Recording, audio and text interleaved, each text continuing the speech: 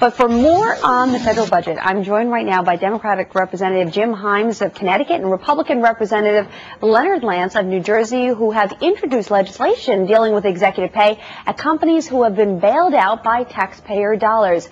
Congressman, gentlemen, thank you very much for being here this morning. Good to see you. Happy to be here. Thank you very much. All right, Congressman Himes, let me first start with you. The president last night talked about the federal budget. He received one of his toughest questions in regards to that. I want you to take a brief listen and then get your reaction on the other end. We have to make the tough choices necessary to cut our deficit in half by the end of my first term, even under the most pessimistic estimates. At the end of the day, the best way to bring our deficit down in the long run is not with a budget that continues the very same policies that have led us to a narrow prosperity and massive debt. It's with a budget that leads to broad economic growth by moving from an era of borrow and spend to one where we save and invest. Representative, what do you think? Reasonable?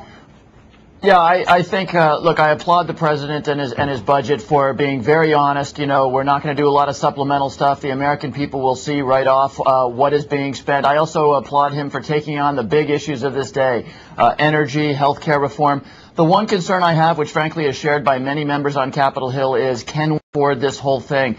I personally would like to see a budget that shows the American people and shows us that at some point in the future this budget will be balanced, and we haven't seen that yet, and I know that there are a lot of people on Capitol Hill who are looking to see that to be the case. Congressman Lance, you're sort of shaking your head. I assume you're probably one of those people. What will the conversations be like on the Hill today? Because a lot of people suggest, you know what, you put a federal budget together, but you put that together 3 months ago, and a lot has changed in 3 months.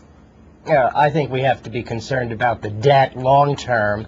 I recognize we're in a very deep recession, and I'm a Keynesian. We need to stimulate the economy. But moving forward, after we're out of this recession, I am concerned about the long-term debt figures as suggested by the Congressional Budget Office, which is nonpartisan in nature. And I do not think we should double our debt from $10 or $11 trillion to $20 trillion over the course of the next decade. I really believe that that is very harmful to our children. Congressman Himes, let's switch gears for just a moment, because you used to work at Goldman Sachs, and there's a lot of outrage about what happened last week, the decision by members of the House to pass this legislation that would suggest a 90% tax on people making $250,000 or more. It was not only outrage, I believe, on Wall Street, but a lot of people in this country said, wait a second, what happened to the free capital markets? Now, you had some concerns about that. What are those concerns, and have we gone too far? Well, you know, it's interesting that you say there was outrage. There was outrage on both sides. Obviously, the American people were in a state of white-hot anger around the whole AIG situation. And Len and I have banded together with a group of people on the Financial Services Committee to take this discussion to the next step. I think what you saw last week was legislation that was hasty, responding to that anger. And now the legislation that Len and I have introduced with a group of others takes it the next step and says, let's agree that taxpayer dollars be used responsibly and prudently, but let's also remember that we need to stabilize this industry and not do things that are ultimately going to damage it. The thing that got lost last week is that we own AIG, and we need to start thinking a little bit like owners and say to ourselves, if we're going to get the $180 billion back that we've put into AIG, we need to make sure that it is stable and that we sell it someday in a healthy condition. And I think the legislation that we're introducing it doesn't solve all these problems, but I think it takes an important step in a constructive direction. Congressman Lance, let's walk through this, because basically what you're saying is this legislation will tie executive compensation to performance at institutions. Now, many people would say that's exactly the way compensation is already tied. So what will this piece of legislation look like? What can I expect to see? That clearly was not the case with AIG, because as Congressman Himes has said, we the American people own 80% of AIG, and those bonuses were, in our judgment, not appropriate, and the American people were quite appropriately outraged. Our legislation, and I want to give Congressman Himes principal credit, because he has reached across the aisle in a bipartisan way, is a responsible way to move forward, and I predict that it will come out of committee today, and I am hopeful that it will pass. Congressman Himes what and will I come out of committee? What does it say? What are the details? The bill is really, the center of the bill is this, that compensation for TARP participants, and specifically CPP participants, will be tied to performance. And that's a really important idea because, A, that should be true. We should all agree that performance should drive compensation.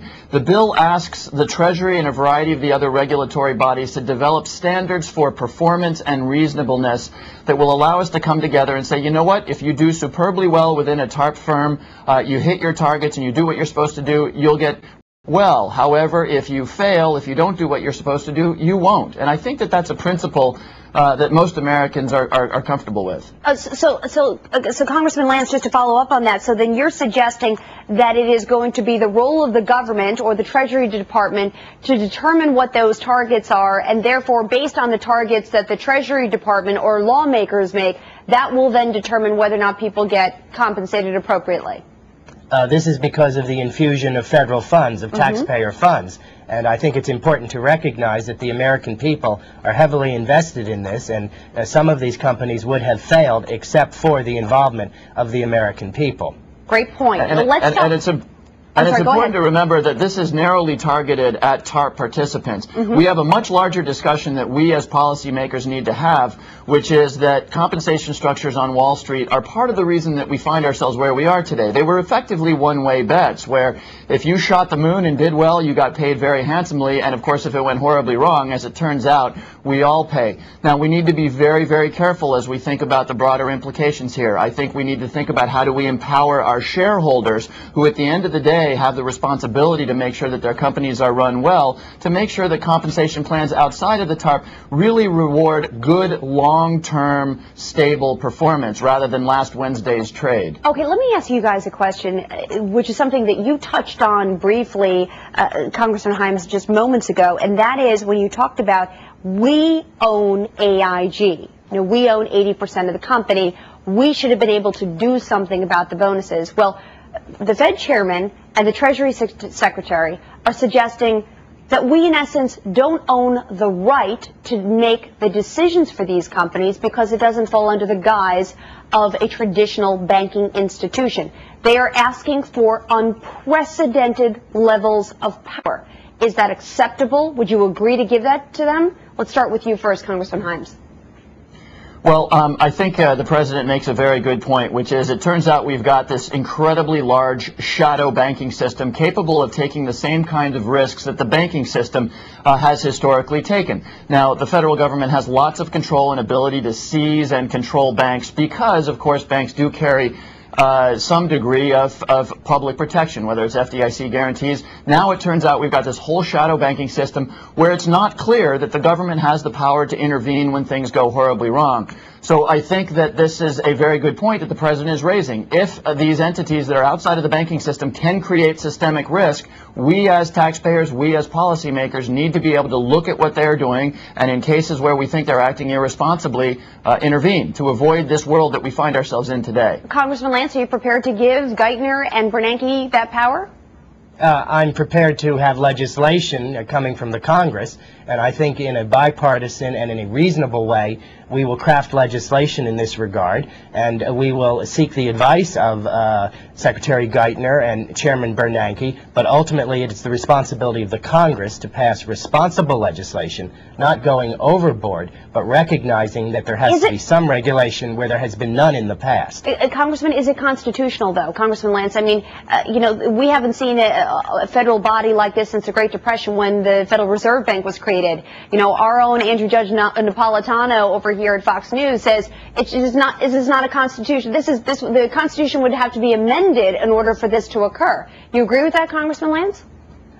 This is why Congress will be holding hearings, and we want to hear from legal experts, and I have great respect for legal views. I am an attorney, but I do believe Congress has the power to engage in regulation. I do not want it to be overboard, but I think that we will be reviewing this in a bipartisan and responsible manner, and I look forward to working with Congressman Hyams and other members of the Financial Services Committee on this issue. I would just add, you know, you've got a Republican and a Democrat sitting here. The point is that the importance of making sure that we stabilize not just the controlled entities, the banks, But those other entities out there who take on enormous risk, like AIG, that could bring down the system, this is not an ideological fight, and there are potential legal issues. But the point is, we will come together as two parties to say that if